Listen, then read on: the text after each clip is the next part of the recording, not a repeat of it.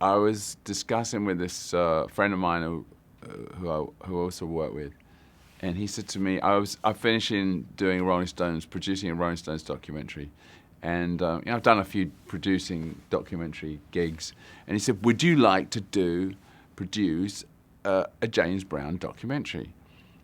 And I said,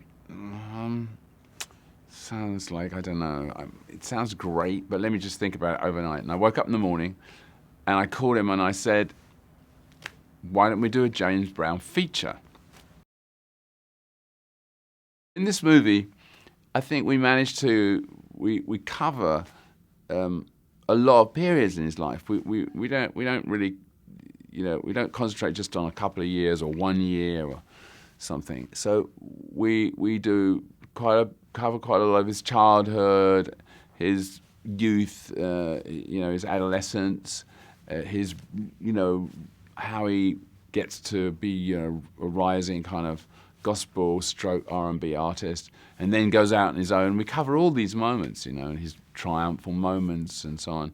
And we cover his, actually near the beginning of the movie, we see him later on in life when he's not like number one person anymore, but he's still doing it, So, we do cover a lot of his life. He had some of the charisma I felt that James had, and he could project that on the screen, and he got really good acting chops because there's a lot of people that can, of course you've got to be able to make it believable that you're James Brown, you can sing, you can dance, you can do the splits, and.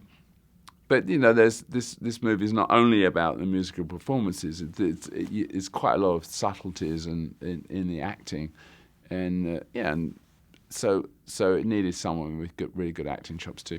And I think that Chad, was an excellent, fantastic choice. And not only that, he really worked. He really worked hard at the things that he felt he needed to do to become this part. My children all know about James Brown, but my grandchildren didn't really know about it. But they kind of enthused when they see this, because it's a film, which has an emotional pull and a narrative, and so it doesn't really matter if you've never heard of James Brown or not.